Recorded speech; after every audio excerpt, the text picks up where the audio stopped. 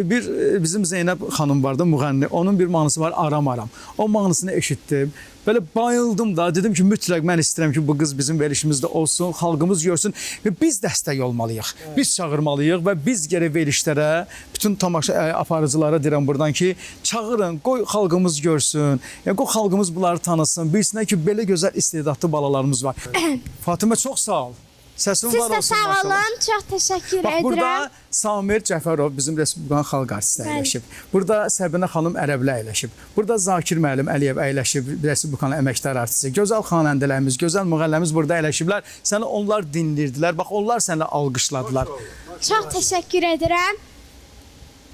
Hər kəsə minnətdaram. Gəl burada əyləş, gəl burada zəhmət olmasa. Ay, sağ ol. Əyləş mənim yanımda, sənin yanındayım. Nə lazım olsa mənə de və verilişimizi davam eləyək. Zakir müəllim, necədir bizim balamız? Çox gözəl, çox gözəl. Yeri rahat deyilsə, gəlsin burada olsun. Yeri rahat dörsəysən, Səbinə xanım, rahatsan. Maşallah. Maşallah, Fatimə, çox istəyirəm bir kəlmə səninlə danışaq, sənin sualların var, sənə eşidim. Sən evdə tək uşaqsan, yoxsa sənin bacın, qardaşın var? Mənim bir dənə bacım var, bir dənə də qardaşım. Ay maşallah, Allah saxlasın. Böyükləri sənsən, yoxsa səndən böyüdülər, sən balacasan? Ya, mən böyükləriyəm ondan. Sən böyləsən, neçə yaşın var? Mənim 10. 10 yaşın var, maşallah. Bax, hardan bildin ki, sənin belə bir gözəl səsin var? Kimsən də, bu səsi necə o evdə oxuyurdun, ya necə oldu? Mama eşitdi, papa eşitdi, nətər oldu ki? Məktəbdə. Məktəbdə dedilər sənə. Mən məktəbə getməmişdən əvvəl bilirdim. Məktəbə getməmişdən əvvəl bilirdin ki, sənin yaxşı səsin var, oxuyurdun, hə? Bəli. Sonra bax, bu gözəl sənəti, bizim gözəl dünya şöhrəti xanəndəmiz Alim Qasımovun repertuarını müraciət eləmişsən.